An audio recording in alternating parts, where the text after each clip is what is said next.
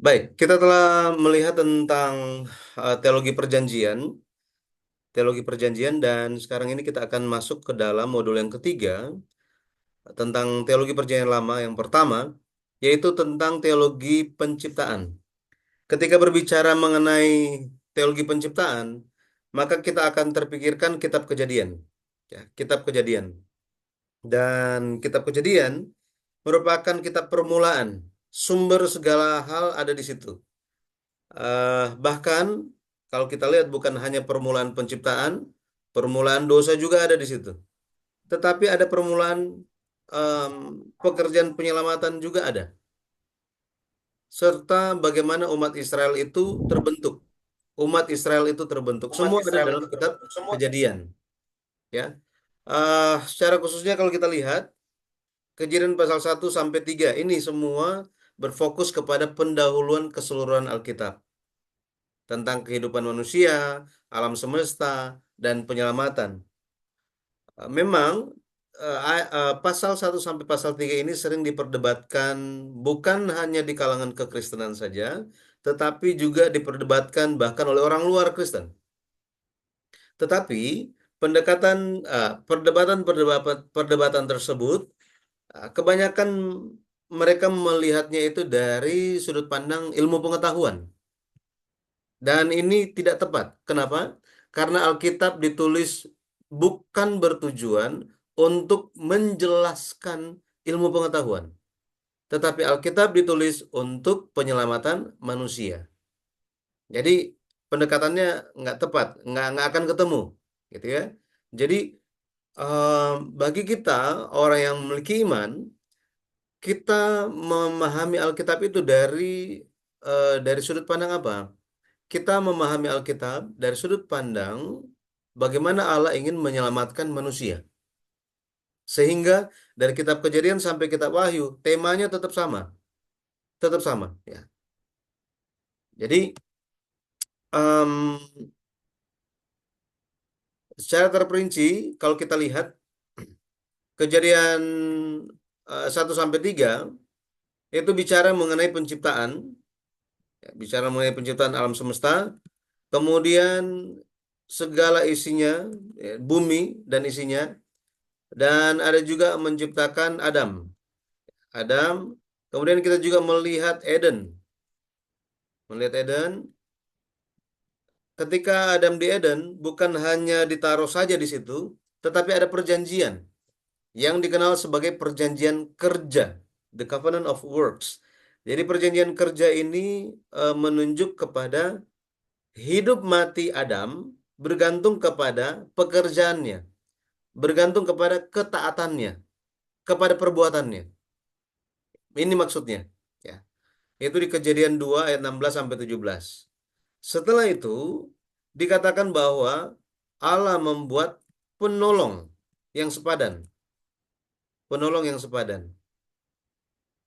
Nah, pada akhirnya Adam dan Hawa itu mereka menjadi satu unit keluarga, menjadi keluarga, menjadi satu mereka. Ya. Tetapi kalau kita lihat em, Kejadian pasal 3, Kejadian pasal 3 itu berbicara mengenai kejatuhan, tentang godaan ular dan kejatuhannya. Ya, seperti ini. Maka kita bisa melihat em, apa namanya?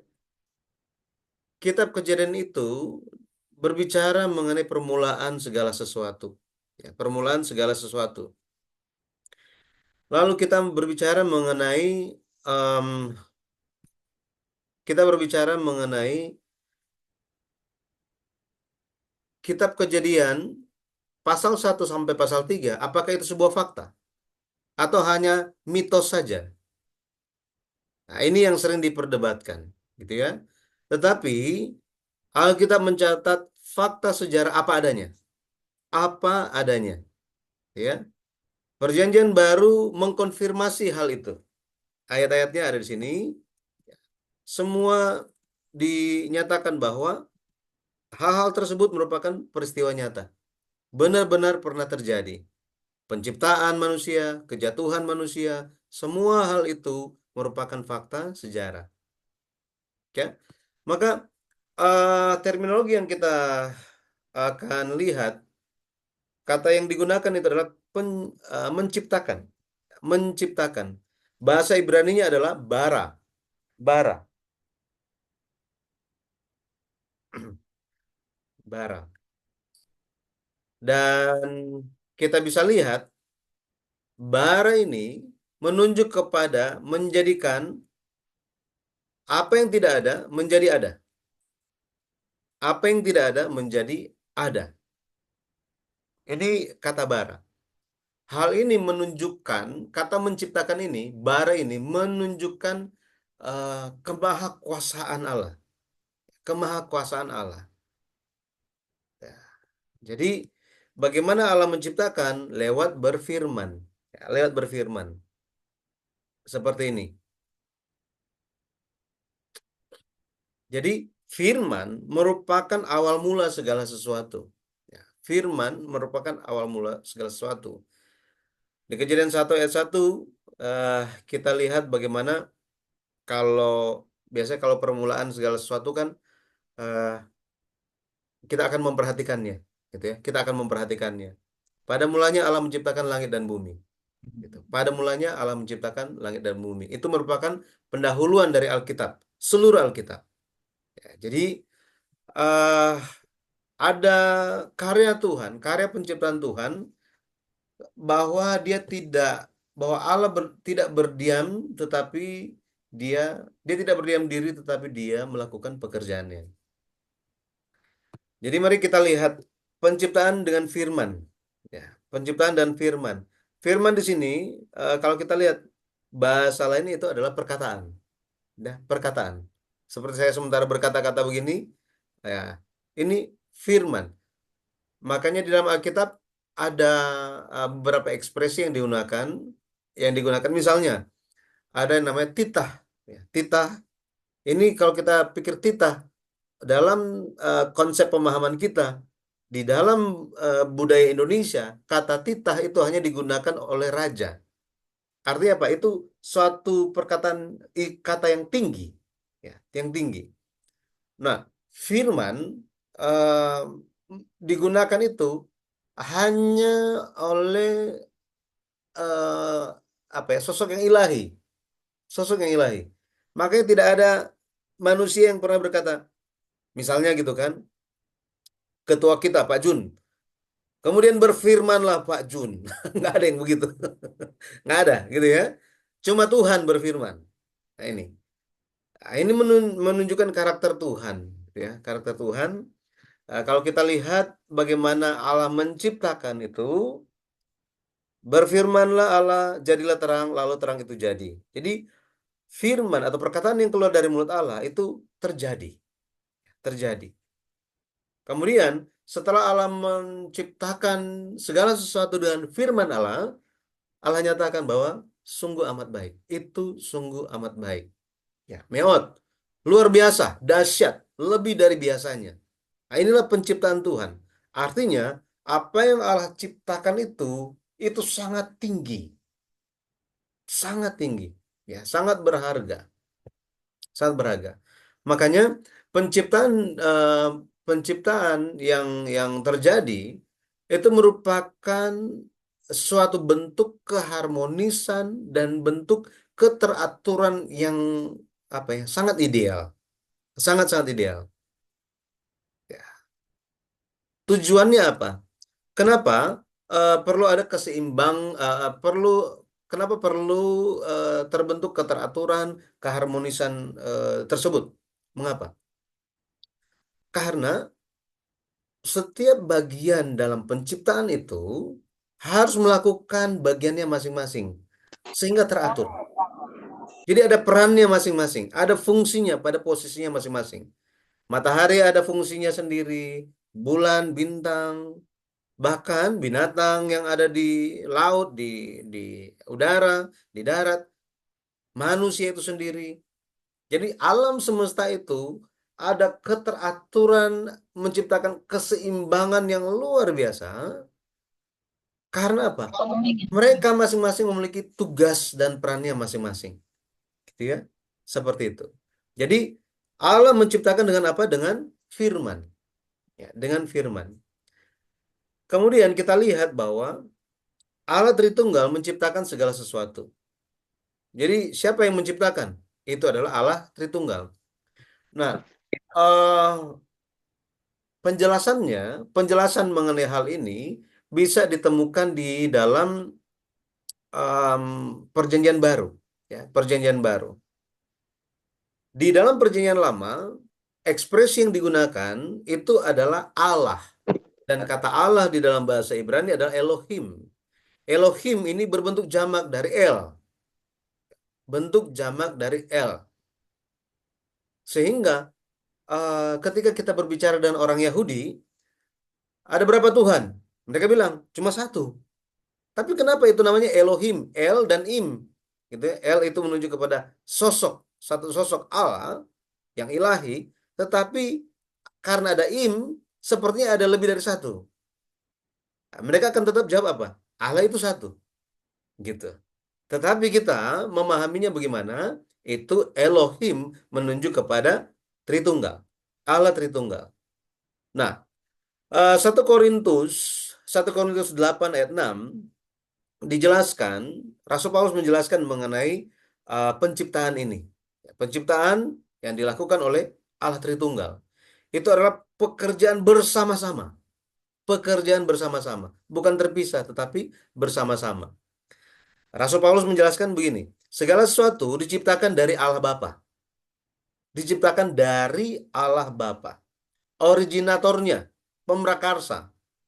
1 Korintus 8 ayat 6 dikatakan, namun bagi kita hanya ada satu Allah saja, yaitu Bapa yang daripadanya berasal dari segala sesuatu. Artinya apa? Asal usul, sumber segala sesuatu adalah Allah Bapa. Bersumbernya dari Dia saja, gitu ya. Dia originatornya. Kemudian Rasul Paulus melanjutkan bahwa segala sesuatu diciptakan oleh anak Allah. Artinya melalui Allah anak, melalui Allah anak. Allah anak, ya, Allah anak eh, ini menunjuk pada Yesus Kristus yang adalah anak Allah. Dia adalah eksekutor atau pelaksana penciptaan. Jadi dari Allah sumber segala sesuatu diciptakan melalui siapa? Melalui Yesus Kristus. 1 Korintus 8 ayat 6 lanjutannya, yaitu Yesus Kristus yang olehnya, di sini kata olehnya, melalui dia, ya, melalui dia. Jadi lewat melalui Yesus Kristus segala sesuatu diciptakan. Sumbernya dari mana? Dari Allah Bapa. Kemudian segala sesuatu diciptakan oleh Roh Kudus, oleh Roh Kudus, ya, oleh Roh Kudus. Jika kita melihat Kejadian 1 ayat 2, di situ muncul Roh Allah melayang-layang di atas permukaan air. Jadi ketika penciptaan itu dikatakan Roh Allah melayang-layang di atas permukaan air. Mazmur 33 ayat 6 dikatakan oleh nafas dari mulutnya segala tentaranya. Oleh nafas dari mulutnya. Kata nafas, ruah. Ya, ruah menunjuk kepada roh Allah. Roh Allah. Jadi eh, artinya apa? Allah Roh Kudus ini merupakan penyempurna dari penciptaan. Nah, mungkin ada eh, yang berpikir, oh berarti memang segala sesuatu datang dari Allah. Oh, itu dilakukan melalui diciptakan eksekutornya adalah Yesus Kristus. Tetapi berarti itu nggak sempurna dong. Berarti tidak sempurna, tidak lengkap. Penciptaan itu berarti tidak lengkap. Ingat, Allah Tritunggal tidak boleh dibagi-bagi. Itu menjadi satu kesatuan, gitu ya. Itu adalah satu, nggak bisa dibagi-bagi gitu. Mereka bekerja bersama-sama. Ya, memang ya kita pemahaman kita terbatasnya sampai ke sini, sampai di sini, gitu ya. Kenapa? Karena hikmat Allah itu terlalu luas untuk dipahami, terlalu dalam untuk diselami, ya. Sehingga kita memiliki keterbatasan dalam eh, memahami sampai sempurna, ya. Makanya Rasul Paulus di dalam satu bagian Alkitab dia katakan dalam suratnya bahwa sekarang ini aku belum mengenal dia ya, dengan sempurna. Aku belum mengenal dia. Aku masih samar-samar mengenal dia. Tetapi nanti, dia kata, nanti aku akan mengenal dia sebagaimana dia mengenal saya. Aku akan mengenal dia sebagaimana aku dikenal. Ya, jadi akan ada pengenalan yang sempurna nanti, gitu ya. Nah, sekarang kita lagi ngapain? Kita lagi dalam proses untuk ya, sempurna itu, untuk lengkap itu. Ya, dalam prosesnya. Berapa persen saya nggak tahu, gitu ya. Tuhan yang tahu. Bagi kita hari ini yang perlu kita pahami adalah apa? Penciptaan itu semua ya segala sesuatu diciptakan dari Allah Bapa. Dia pemrakarsa, dia sumber segala sesuatu. Ya. Kemudian penciptaan itu dilaksanakan oleh Yesus Kristus, Allah anak atau Allah anak Allah. Kemudian Allah Roh Kudus itu menyempurnakan penciptaan dan semuanya dilakukan bersama-sama. Kalau kita manusia berpikir A dulu, setelah itu B. Satu dulu, baru dua, baru tiga. Tetapi Allah tidak bekerja beda dengan pemikiran manusia. Dia bisa lakukan segala sesuatu bersamaan. Bersamaan. Ya. Nah, seperti ini. Manusia pun diciptakan itu merupakan pekerjaan bersama-sama dari Allah Tritunggal. Buktinya apa? Kalau kita lihat di Kejadian 1 ayat 26 dan selanjutnya dikatakan, marilah kita. Ya kan? Marilah kita. Padahal cuma satu Tuhan kan? Cuma satu, tapi kita. Ekspresi kata yang digunakan itu diekspresikan sebagai bersama-sama, lebih dari satu. Bentuk jamak. Kita. Ya, kita. Nah, di sini kita bisa memahami, oh ya, pekerjaan Elohim. Pekerjaan penciptaan manusia itu adalah pekerjaan Elohim. Pekerjaan Allah Tritunggal. Ya, seperti itu. Kemudian, Allah menciptakan dengan firman-Nya, Allah menciptakan, Allah Tritunggal yang menciptakan segala sesuatunya secara bersamaan, dan kita akan fokus kepada penciptaan manusia. Manusia merupakan pusat dari semua karya penciptaan. Ini yang kita perlu pahami, ya. Bahwa apa? Penciptaan manusia merupakan pusat semua karya penciptaan. Istilahnya begini, kalau kita bayangkan penciptaan itu seperti membangun rumah. Ya, membangun rumah, segala sesuatu itu dipersiapkan terlebih dahulu. Tetapi rumah itu tidak ada fungsinya jika tidak ada siapa? Tidak ada, tidak ada orangnya. Betul kan? Kalau tidak ada pemiliknya yang tinggal di situ, maka itu bukan rumah. Ya, itu rumah kosong namanya. Jadi sama seperti itu, Allah mempersiapkan segala sesuatunya, mempersiapkan segala sesuatunya. Kemudian apa? Setelah segala sesuatu itu siap, maka Allah menciptakan manusia untuk menjadi ownernya, menjadi pemilik. Itu sebabnya Allah ketika mencurahkan berkat, Allah katakan apa? Berkuasalah atas ya, semua ciptaan. Berkuasalah, bertambah banyaklah, taklukkanlah bumi katanya. Seperti ini. Jadi kita bisa lihat bahwa manusia bukan diciptakan gara-gara kebetulan. Jadi manusia diciptakan itu bukan karena kebetulan ataupun melalui evolusi. Bukan. Gitu ya. Bukan. Tetapi apa? Tetapi itu merupakan suatu penciptaan yang ajaib, yang dahsyat. Penciptaan yang dahsyat. Ya, seperti ini. Nah, kita akan lihat kepada penciptaan manusia secara garis besar itu tampak di Kejadian pasal 1 dan pasal 2. Kejadian pasal 1 dan pasal 2. Apa yang membedakannya? Ya, bagaimana kita memahami hal ini? Kejadian pasal 1, penciptaan di situ menunjuk kepada asal-usul manusia. Asal-usul manusia. Kemudian Kejadian pasal 2 ayat 7 dan selanjutnya ini terfokus kepada kondisi manusia yang menjadi sasaran perjanjian. Ya, sekali lagi, Kejadian pasal 1, ya, penciptaan manusia di situ memperlihatkan asal-usul, ya, asal-usul manusia di dalam alam semesta. Asal-usul manusia di dalam alam semesta. Ini gambaran yang besar, gitu ya. Kemudian kejadian pasal 2 berbicara tentang apa? Tentang kondisi manusia yang menjadi sasaran perjanjian. Jadi itu lebih spesifik, lebih spesifik.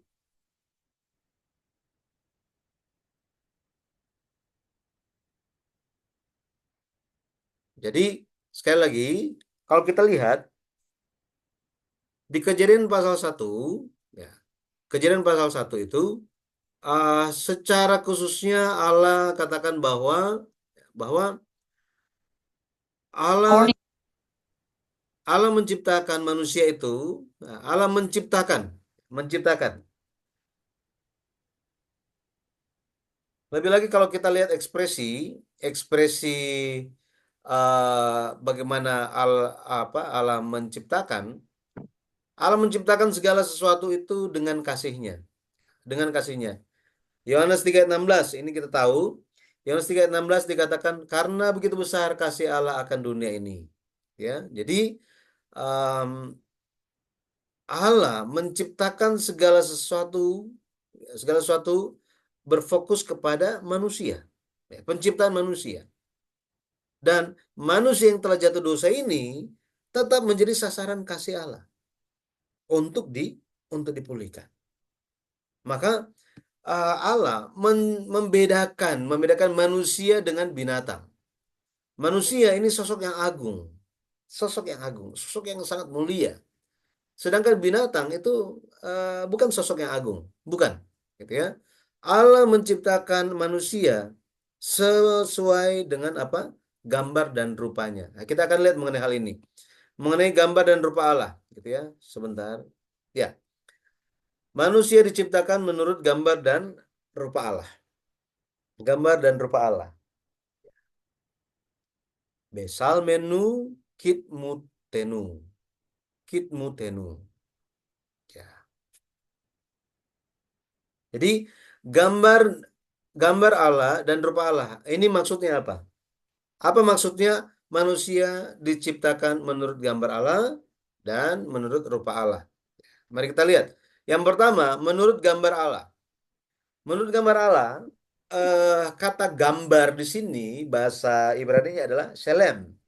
Selem em, artinya menyimbolkan atau mewakili, ya, mewakili. Maka kita bisa tahu bahwa eh, manusia, manusia itu merupakan wakil Allah, ya, wakil Allah. Oke, manusia adalah wakil Allah. Bayangkan, wakilnya presiden aja udah penting gitu ya, udah penting. Ada tugas yang sangat-sangat penting, sangat berharga. Terlebih lagi menjadi wakil Allah. Artinya Allah menciptakan manusia sebagai satu-satunya makhluk yang ada kekuatan yang paling rohani, paling ajaib, sangat unggul dan menyolok di antara semua ciptaan yang lain. Jadi dia ada hak istimewa, ada hak istimewa, ada sifat-sifat yang berbeda dibandingkan ciptaan yang lain, ya, dibandingkan ciptaan yang lain. Oke, itu jadi gambar selem ini menunjukkan kepada perwakilan atau wakil Allah, mewakili seperti duta besar gitu ya. Kemudian rupa. Kata rupa di dalam bahasa Ibrani adalah demut. Demut menunjuk kepada kata mirip. Mirip, menyerupai. Jadi ada kesamaan, ada kemiripan antara manusia yang diciptakan dengan Allah yang menciptakan. Karena dikatakan menurut rupa kita. Rupa Elohim katanya, rupa Allah. Ya, coba kita lihat, kita dengan Allah itu mirip dalam rupa dalam sisi apa sih? Dalam segi apa? Yang pertama, dalam segi moral. Dalam segi moral, ya. Moral image. Kalau kita baca Efesus 4 ayat 24 dan Kolose 3 ayat 10, dikatakan manusia baru. Kainon antropon, manusia baru. Berarti ini berlawanan dengan istilah yang lain, itu adalah manusia lama. Jadi ada manusia lama, ada manusia baru. Ada manusia baru. Dibilang bahwa manusia baru itu telah diperbaharui untuk memperoleh pengetahuan yang benar menurut gambar kaliknya. Pengetahuan, pengetahuan. Jadi bicara mengenai pengetahuan yang sesungguhnya, mengenai kebenaran yang sesungguhnya.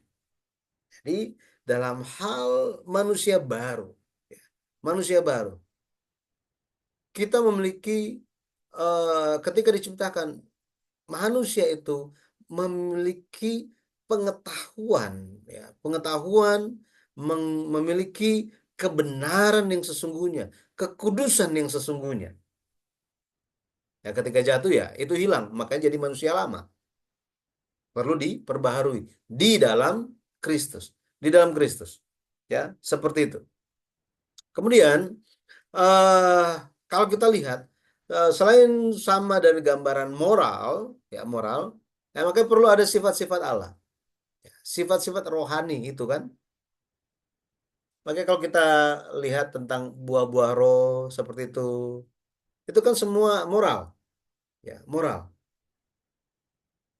Kita perlu memilikinya, ya. Kita perlu memiliki hal tersebut sehingga baru dinyatakan sebagai manusia baru di dalam Kristus, ya. Moral image. Kemudian dari sisi rasional dan intelektual. Rasional dan intelektual. Ini menunjuk kepada apa? Kalau kita lihat, manusia itu dia berpikir. Dia ada intelektual yang benar. Ini kita bicara sebelum kejatuhan ya. Sebelum kejatuhan. Artinya apa? Dia sadar tentang Allah. Dia sadar tentang Allah. Dia mengerti hal-hal di sekitar dia. Dia merasakan dan dia bertindak. Dia bertindak. Ya. Ini beda. Beda dengan manusia yang telah jatuh dosa. Manusia yang telah jatuh dosa tidak memiliki pemikiran rasional dan intelektual yang benar. Sehingga mereka tidak memiliki kesadaran tentang Allah. Mereka apa? Mereka hanya hidup saja. Ya, menjalankan hidup hidup saja dan banyak dipengaruhi oleh daging, oleh keinginan-keinginan, oleh keinginan-keinginan.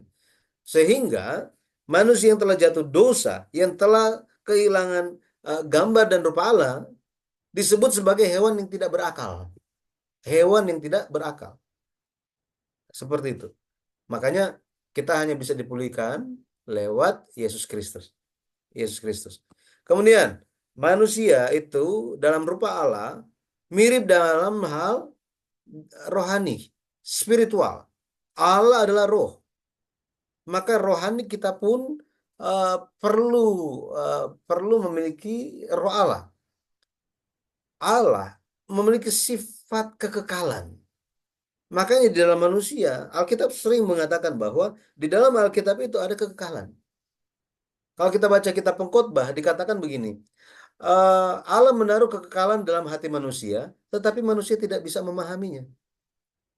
Tidak bisa memahaminya. Nah, makanya hari ini, siapapun dia, manusia di bumi ini, ketika sakit mau sembuh. Gara-gara apa? Gara-gara Allah taruh kekekalan dalam hati mereka. Ya seperti itu kan? Atau ada yang sakit, ingin jadi sakit terus gitu kan? Mati aja gitu. Ya itu ya ada sesuatu yang salah di dalam orang itu kan? Tetapi secara otomatis manusia ingin sembuh. Ingin tetap hidup maksudnya. Ingin tetap hidup. Jadi em, ketika percaya kepada Allah, pada akhirnya menjadi ketika percaya kepada Yesus Kristus, maka akan menjadi anak-anak Allah, anak-anak Allah. Ini sifat rohani, ya sifat rohani yang dimiliki oleh uh, manusia yang diciptakan oleh Allah. Nah, kita perlu memulihkannya juga. Kemudian yang terakhir itu tentang gambar Allah yang dipantulkan lewat tubuh manusia. Jadi tubuh manusia itu diciptakan oleh Allah. Maka pada tubuh manusia pun ada gambar Allah yang terpantulkan. gambar Allah yang terpantulkan. Itu sebabnya ketika bicara mengenai penebusan, Roma pasal 8 menyatakan bahwa ada penebusan atau pembebasan yang seutuhnya. Ini bukan hanya bicara tentang roh dan jiwa, tetapi juga tentang tubuh. Nah, makanya jangan berpikir bahwa ketika ketika kita itu telah di sorga nanti, nanti muka kita, bentuk kita itu sudah seperti alien yang di film-film itu. Bukan, gitu ya. Tidak seperti itu. Allah menciptakan kita apa adanya, ya, seperti kita. Makanya kita menjadi sosok yang agung dan berkenan. Agung dan berkenan. Makanya uh, kalau di dalam dalam pelayanan saya selalu bilang bahwa jemaat Tuhan itu adalah orang yang berharga di mata Tuhan. Anak-anak muda sangat berharga di mata Tuhan. Maka harus menjaga tubuh kita juga, gitu ya. Jangan hanya menjaga pikiran dan roh kita saja, tetapi tubuh kita pun harus dijaga. Karena kita semua berharga di mata Tuhan. Nah, manusia manusia eh, dikatakan sebagai makhluk yang hidup, makhluk yang memiliki hidup. Ya, makhluk yang memiliki hidup.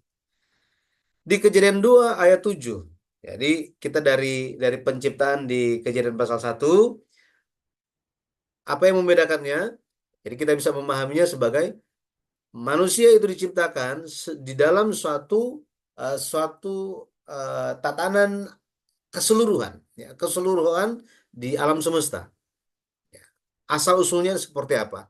Itulah penciptaan manusia di Kejadian pasal 1. Tetapi di Kejadian pasal 2 ini berfokus kepada kondisi manusia waktu diciptakan, gitu ya. Kondisi manusia waktu diciptakan. Nah, ini yang kita lihat. Bagaimana kondisinya? Manusia itu diciptakan dari kondisi awal apa? Dari debu tanah. Dari debu tanah. Maka debu tanah di sini menunjuk kepada apar minha adama. Apar minha adama. Di sini kata apar, ya, apar. Apar menunjuk kepada debu, tetapi bukan sekedar debu. Ini menunjuk kepada debu yang halus, katanya. Debu yang halus. Beda dengan binatang. Ya. Binatang itu hanya minna adama. Minna adama. Itu Kejadian 2 ayat 19 dari tanah. Hanya itu aja. Ya, dari tanah. Itu aja. Tetapi berbeda dengan manusia. Manusia itu dari debu yang halus katanya. Ada kata apar. Ya, apar. Ya. Fakta ini dari bahasa asli ini, kata apar ditambahkan untuk ketika manusia diciptakan, menunjuk kepada manusia lebih unggul daripada binatang. Ya. Meskipun ketika mati, kalau kita lihat, ya pada akhirnya kan hilang, tinggal tulang aja kan? Ya tinggal tulang aja semuanya. Tetapi ketika berbicara mengenai Kejadian 2 ayat 7, itu mereka berbeda, ya berbeda. Kemudian kepada debu ini diberikan nafas hidup. Nismat Hayim, ya, Nismat Hayim tadi. Nafas, ya, nafas. Kata nafas ini apa? Hembusan dari hidung, gitu. Seperti itu. Ya, nafas hidup. Jadi menerima nafas hidup. Nafas hidup pada akhirnya manusia itu menjadi makhluk yang hidup. Ya, makhluk yang hidup. Nafas, nafas ini sangat-sangat penting bagi manusia. Ketika nafas itu berhenti, maka hidupnya pun berhenti.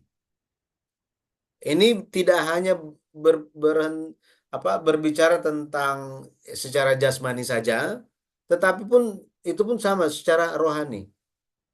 Ya, contoh gitu ya. Ah, doa adalah nafas bagi orang yang percaya. Ketika doa itu berhenti, maka orang yang percaya itu pun mati. Ya, meskipun dia masih bergerak, gitu ya, tetapi dia mati. Ya, di hadapan Tuhan mati. Maka sangat penting untuk menjalankan kehidupan doa. Sangat penting untuk percaya kepada Tuhan, ya. Makhluk yang hidup. Jadi ketika apar minna dama itu diberikan nafas, ya, nafas, maka dia menjadi makhluk yang hidup.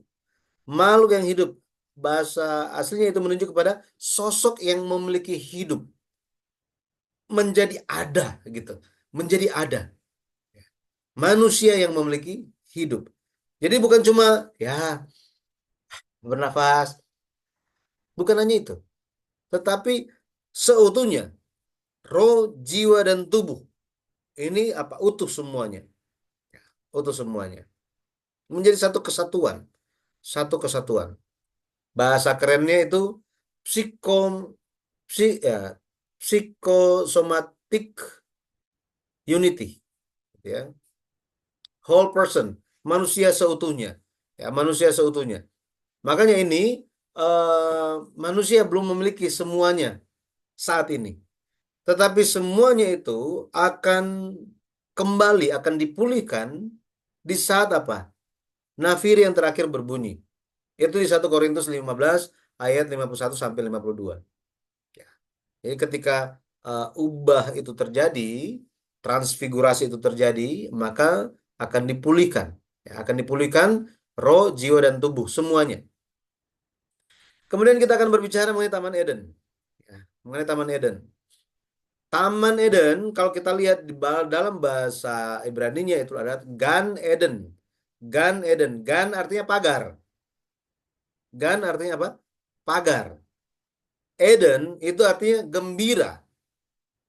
Jadi gembira, sukacita yang dipagari. Gembira atau sukacita yang di apa? Dipagari. Ini menunjuk kepada perlindungan. Perlindungan.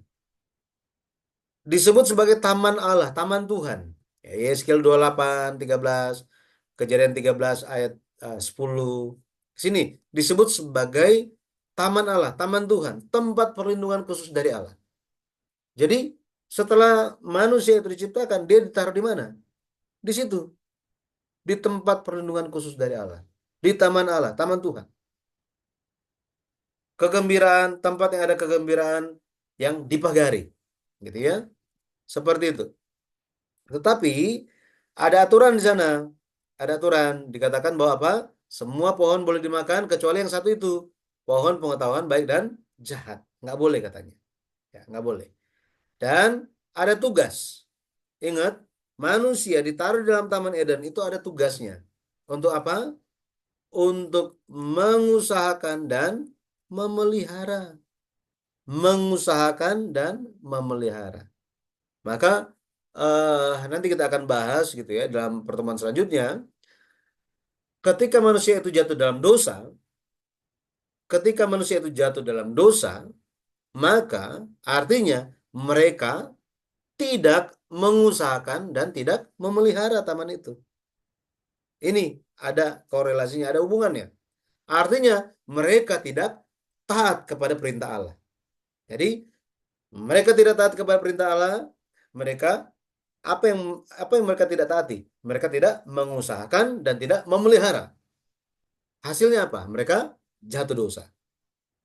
Nah, nanti di kesempatan selanjutnya kita akan lihat bagaimana Yesus Kristus taat sehingga pemulihan terjadi. Nah, dari Eden dikatakan bahwa di dalam taman itu ada satu sungai mengalir di tengah-tengah taman. Tetapi ketika keluar terbagi menjadi 4 cabang. Pihon, Gihon, Tigris, dan Efrat. Efrat. Dan di dalam Taman Eden itu katanya Adam dan Hawa telanjang, tapi tidak ada malu. Nggak rasa malu. Kenapa? Karena tubuh mereka itu seperti mengenakan kemuliaan Allah. Pakaian mereka. Pakaian mereka adalah kemuliaan Allah. Itu luar biasa. Ya, luar biasa. Di Perjanjian Baru, Rasul Paulus katakan apa? Pakailah pakaian Kristus katanya. Waduh, hebat ya. Pakaian Kristus, gimana pakainya itu? Ya, seperti ini. Nah, jadi itu Taman Eden. Kemudian mengenai penciptaan perempuan. Ya, penciptaan perempuan. Jadi Allah membentuk laki-laki terlebih dahulu. Setelah itu membuat Taman Eden. Setelah membuat Taman Eden, ada perjanjian kerja dengan Adam itu dengan laki-laki. Setelah itu Allah menjadikan perempuan. Nah, ini prosesnya. Kalau kita lihat sesuai dengan kronologi Kejadian pasal 2, gitu ya. Kejadian pasal 2. Ya, di prosesnya bagaimana? Allah setelah membentuk laki-laki, taruh di Taman Eden, dia hanya seorang diri, tidak ada penolong yang sepadan. Tidak ada penolong yang sepadan. Nah, penolong yang sepadan di sini berbicara mengenai siapa? Berbicara mengenai orang yang memberikan pertolongan secara langsung, orang yang ada di depan mata yang memberikan pertolongan secara langsung. Inilah inilah penolong yang sepadan. Penolong yang sepadan. Artinya apa? Harus ada di depan, kemudian berikan pertolongan secara langsung. Bantu. Ini fungsi dari perempuan. Ya, ini fungsi dari perempuan. Nah, tidak ada penolong yang sepadan katanya. Ya, tidak ada penolong yang sepadan. Allah membawa segala ciptaan kepada Adam, tetapi Adam tidak menemukan penolong yang sepadan. Adam memberikan nama. Adam memberikan nama kepada mereka semua. Adam memiliki hikmat yang luar biasa. Bayangkan eh, berapa banyak binatang-binatang gitu ya. Tetapi Adam menciptakan semuanya, menciptakan segala sesuatunya.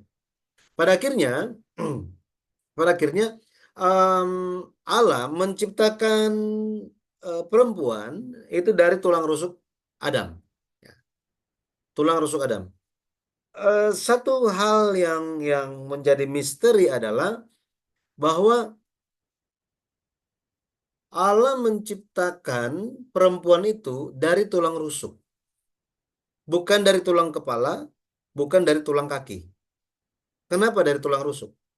Yang pertama, untuk menunjukkan bahwa apa? Bahwa manusia, ya, manusia, laki-laki itu dan perempuan itu sepadan, sepadan, gitu ya, sepadan. Artinya apa? Artinya em, seperti tulang rusuk itu berfungsi untuk melindungi organ dalam tubuh, gitu ya. Sama seperti itu, laki-laki pun harus melindungi perempuan. Nah, ini kayak lagi khotbah pernikahan ini jadinya, ya. Seperti itu, harus melindungi. Jadi fungsi dari laki-laki adalah untuk melindungi perempuan, ya. Nah, ini modal supaya kalian menikah juga atau yang sudah menikah untuk sadar gitu. Untuk terus melaksanakan tugasnya gitu ya. Melindungi, gitu ya, melindungi. Kemudian artinya apa? Harus mengasihi, harus mengasihi.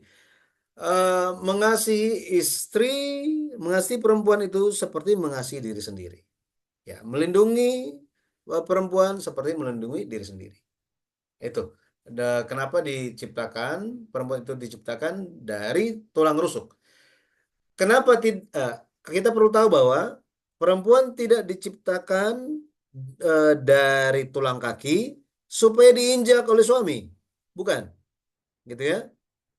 Demikian juga perempuan itu tidak diciptakan dari tulang kepala supaya apa? Supaya berkuasa atas suami, bukan. Tetapi apa? Sepadan, gitu ya, sepadan. Seperti itu. Ya, harus menjadi satu daging. Harus menjadi orang yang menolong, menolong.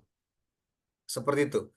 Nah, kalau kita lihat seperti apa kekaguman Adam setelah perempuan itu dibawa kepada dia. Kejadian 2 ayat 23 dikatakan Adam berkata, pada akhirnya wanita inilah, ini teks aslinya seperti ini. Pada akhirnya wanita inilah tulang dari antara tulangku dan daging dari antara dagingku. Aku menyatakan wanita ini sebagai perempuan karena wanita ini diambil dari laki-laki. Jadi ekspresi wanita itu muncul beberapa kali, bahkan sampai 3 kali. Ini menunjukkan bahwa apa? Bahwa perempuan ini adalah darah dagingnya yang paling berharga. Nah, ini pengakuan yang luar biasa. Nanti ketika jadi pendeta menikahkan orang, gitu ya, ya kasih tahu mereka seperti ini, gitu ya. Kejadian 2 ayat 23. Bahwa apa? Kalau kita lihat di sini dikatakan pengakuan bahwa bahwa apa? Perempuan ini adalah darah dan dagingnya yang paling berharga. Pengakuan bahwa ia sangat puas akan perempuan ini tanpa ada satu celah pun padanya. Dan oleh karena itu, Adam akan mencintai hanya perempuan ini dan bersyukur atasnya. Wah, luar biasa. Gitu ya. Nah, seperti ini. Oke. Jadi udah dia yang paling cantik gitu ya. Nggak ada lagi yang lain. Nah, makanya pas menikah banyak orang yang lupa mengenai hal ini. Jadi eh inilah satu-satunya gitu ya. Oke, kita sudah lihat bersama-sama tentang perbedaan penciptaan manusia di Kejadian 1, Kejadian pasal 2. Bedanya manusia dan hewan itu apa? Psychomatic unity ini apa? Kemudian kualifikasi perempuan sebagai penolong yang sepadan itu seperti apa? Ya. Sumbernya itu ada, nanti bisa baca lagi di buku seri yang kelima, Sejarah Perebusan, yang ditulis oleh Pendeta Abraham Pak dengan judul Janji dari Perjanjian yang Kekal. Halaman 19 sampai 39. Bukunya yang ini, ya. Nanti bisa lihat di kampus atau di mana gitu. Buku yang kelima.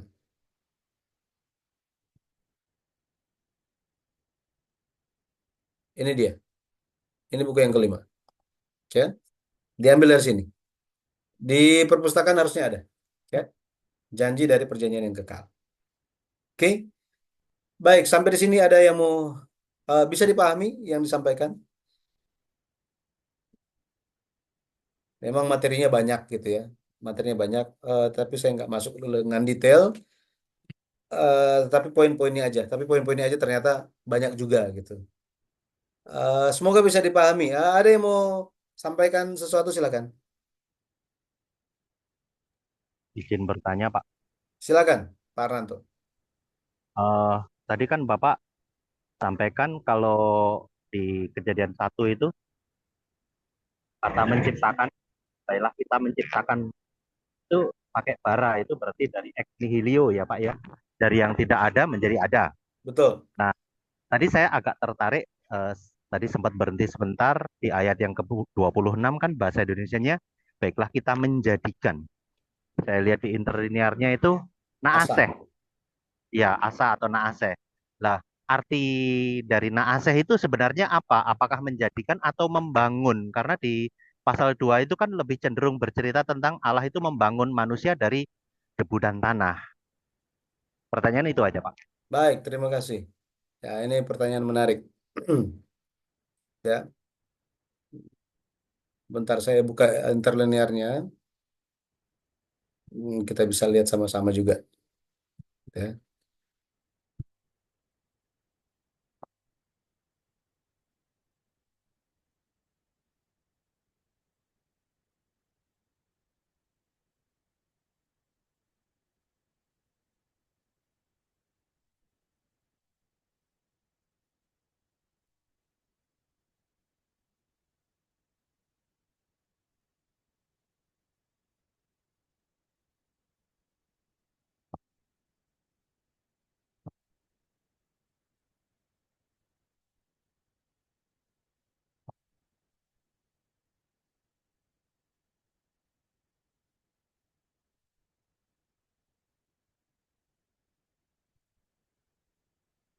Oke.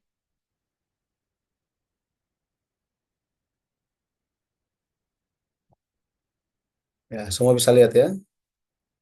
Ya, di sini.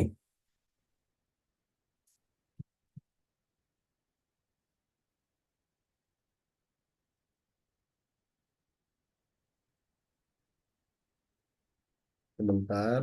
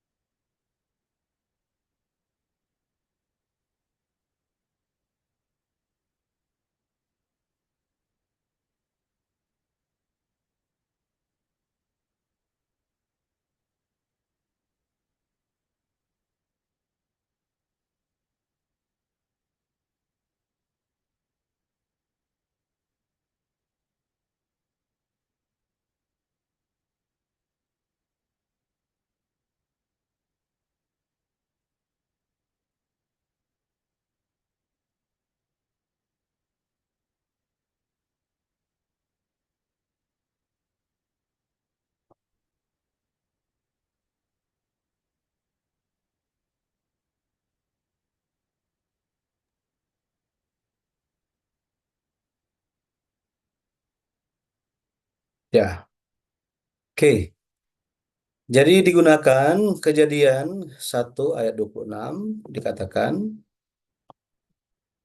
let us make, ya, asa, ya, asa, sebentar ya.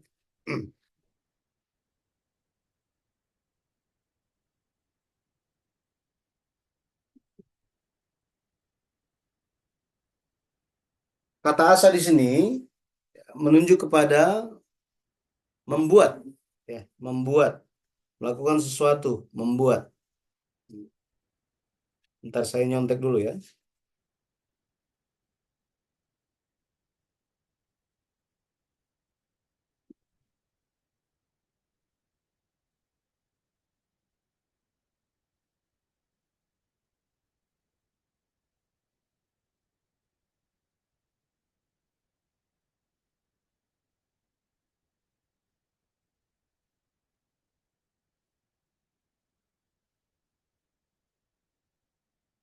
Oke. Kejadian dua, kejadian 1 ayat 26, kejadian 1 ayat 26, di situ menggunakan kata asa, artinya membuat, ya, membangun sesuatu seperti yang Pak Harnanto katakan, ya. Tetapi kalau kita lihat di ayatnya yang ke-27, ayat 27, kata yang digunakan adalah wayibra, bara, ya, menciptakan. Jadi ada perbedaan antara kejadian 1 ayat yang ke-26. Di situ dikatakan mari kita membuat, ya, membuat. Di situ kata asa yang digunakan. Sepertinya membangun dari sesuatu, gitu ya. Kata asa itu adalah membuat dari sesuatu, dari yang sudah ada, gitu ya. Membangun, kemudian membangun. Tetapi ketika setelah Allah berbicara seperti ini, di ayat yang ke-27, di situ digunakan sebanyak 3 kali kata bara. Jadi sini, wahibra, sini, wahibra. Ini kata bara juga yang digunakan. Setelah itu, di sini dikatakan, eh, kalau bahasa Indonesianya, maka Allah menciptakan, maka Allah menciptakan, gitu ya. Wahibra Elhim et Hadam. Sini pertama kali digunakan. Setelah itu, menurut gambar Allah diciptakannya. Di sini, diciptakannya. Kata bara digunakan lagi di di ayat yang sama. Sini kata bara, ini masih sama ya, wajibra dan kata bara, ini akar katanya sama. Kemudian diciptakan lagi, kalau kita lihat bagian akhir, laki-laki dan perempuan diciptakannya mereka. Laki-laki dan perempuan diciptakannya mereka. Tahu zakar ne keba bara. Sini bara juga muncul sini. Nah, sehingga ada perbedaan kata yang digunakan. Ada perbedaan kata yang digunakan. Sehingga kita bisa lihat bahwa eh, memang ada perbedaan kata, gitu ya. Ketika Allah berfirman, Dia ingin Dia hendak membuat atau menjadikan manusia, di ayat 26 digunakan kata asa, ya, asa. Tetapi ketika melaksanakannya, jadi ketika dia berbicara seperti itu, tetapi ketika ayat 27 dikatakan di situ ekspresi yang digunakan, kata yang digunakan adalah bara. Nah, jadi kita bisa melihat eh, pada akhirnya kata yang digunakan itu adalah bara, bara, penciptaan yang dilakukan oleh Allah sendiri. Jadi ini bicara oleh ex nihilo yang tadi Pak Arnanto katakan. Ya, seperti itu Pak. Terima kasih Pak Arnanto sudah memunculkan ini, jadi kita bisa eh, diperluas juga wawasan kita, gitu ya. Masih ada Pak? Loh, udah nggak ada ya?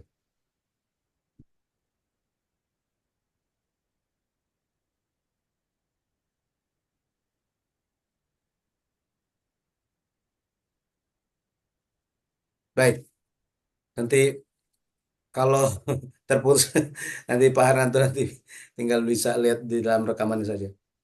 Tidak putus kok. Oh, tidak putus. Oke, Mas, oke, oke. Nah, cuman bisa bisa itu ya, Pak ya? Bisa bisa paham ya, Pak ya? paham.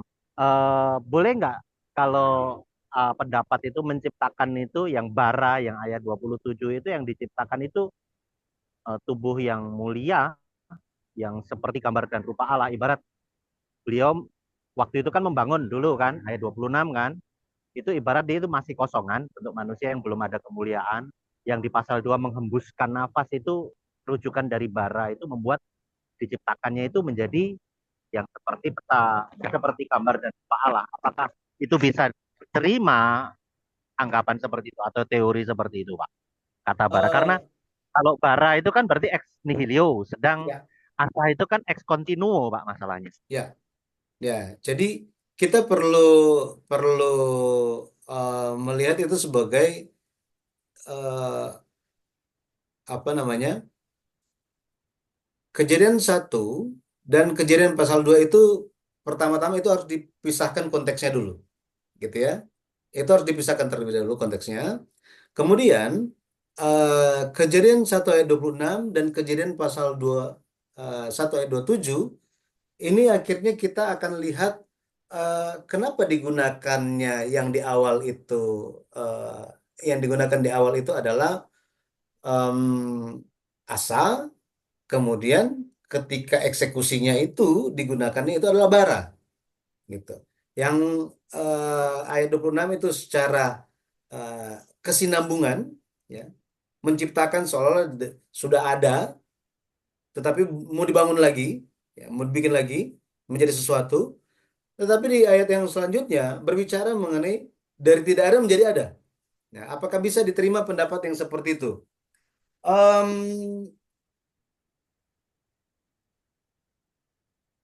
kalau saya eh, saya melihatnya, kalau saya melihatnya itu ketika alam menciptakan menurut gambar dan rupa alam, em, ini pendapat saya ya, bisa saja berbeda dengan eh, pendapat-pendapat yang lain.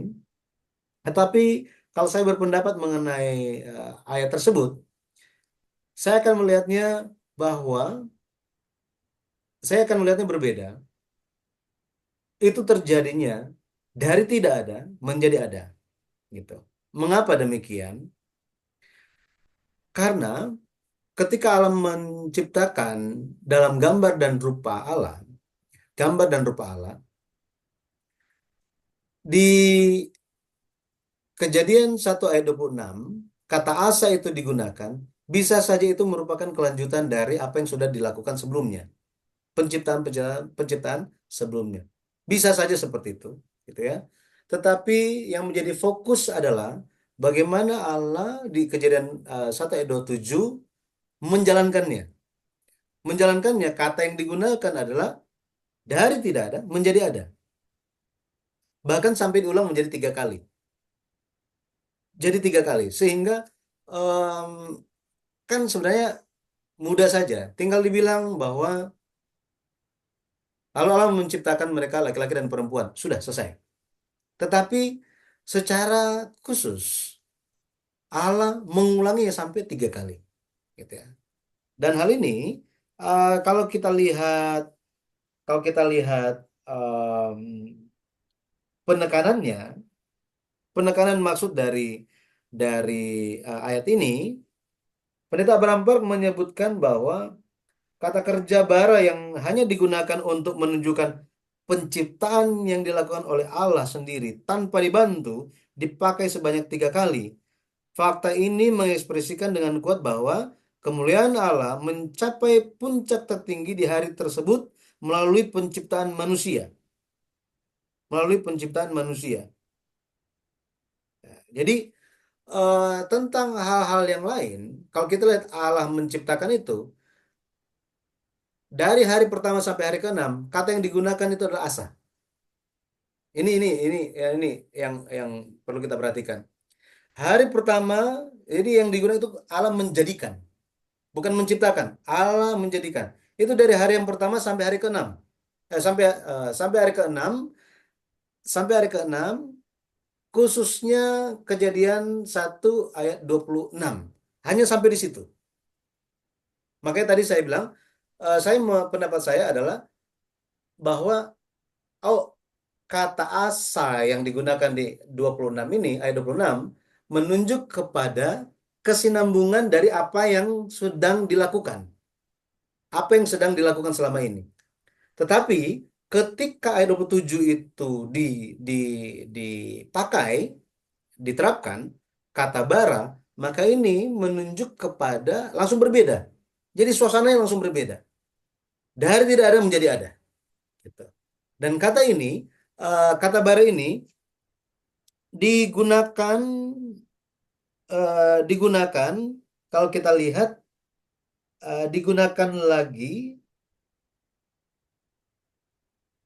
di dalam Kejadian pasal 1. Di Kejadian pasal 1 itu eh, kata bara itu muncul 5 kali di pasal 1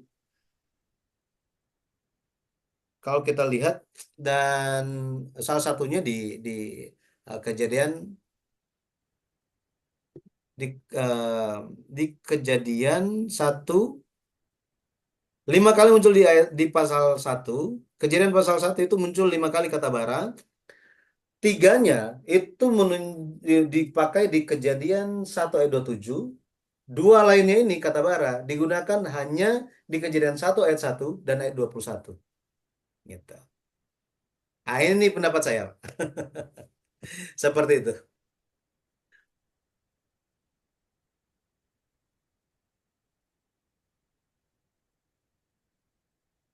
Ya, Pak Harnanto, ada lagi mungkin?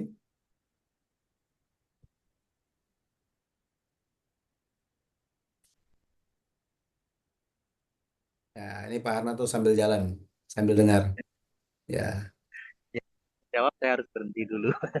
ya, ya Pak, itu Pak, makasih. itu pendapat saya Pak. Gitu. Terima kasih.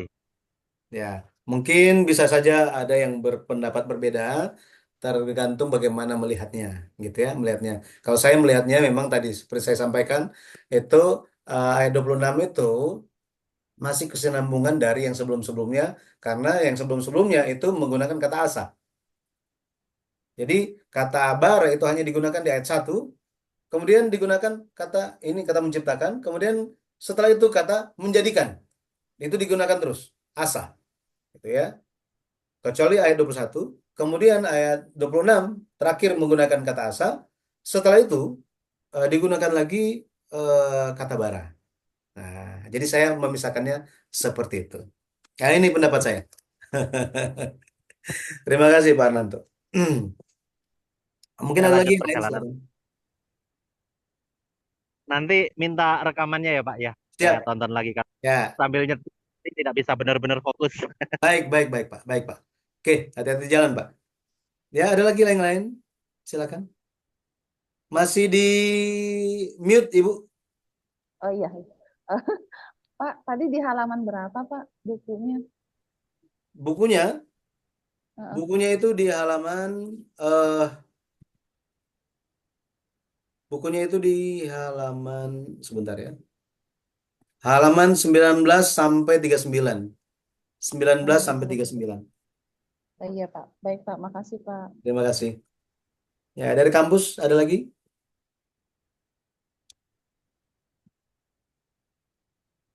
Tidak ada?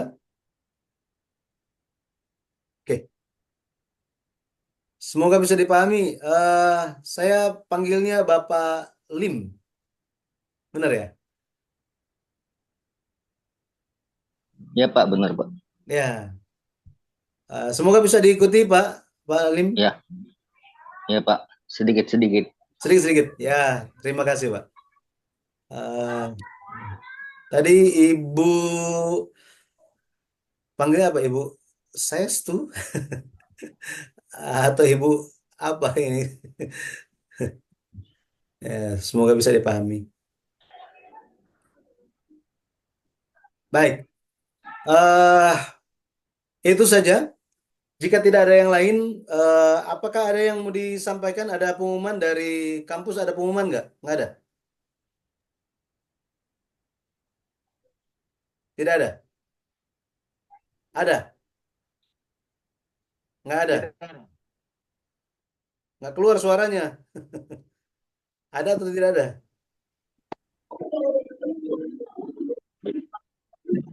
Ada pengumuman?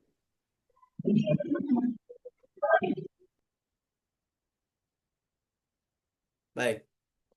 Eh, jika tidak ada, nanti recordingnya linknya saya taruh di grup saja ya, supaya semua bisa lihat. Hmm. Baik. Ya, nanti dari kampus minta tolong difoto itu absennya, kirim ke saya. Iya, Pak. Iya.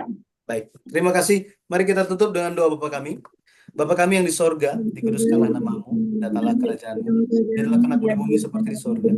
Berikanlah kami pada hari ini makanan kami yang secukupnya, dan ampunilah kami akan kesalahan kami, seperti kami juga mengampuni orang yang bersalah kepada kami. Dan janganlah membawa kami ke dalam pencobaan, tapi lepaskanlah kami daripada yang jahat. Karena Engkau yang punya kerajaan, dan kuasa dan kemuliaan, sampai selama-lamanya. Amin. Terima kasih. Sampai ketemu lagi. Iya, Tuhan Pak. memberkati. Terima kasih. Ya, terima kasih Pak Mari. dosen. Terima kasih, Pak. Oke, Ibu Irlina, sampai ketemu lagi. Teman-teman di kampus, terima kasih semuanya. Iya, Pak.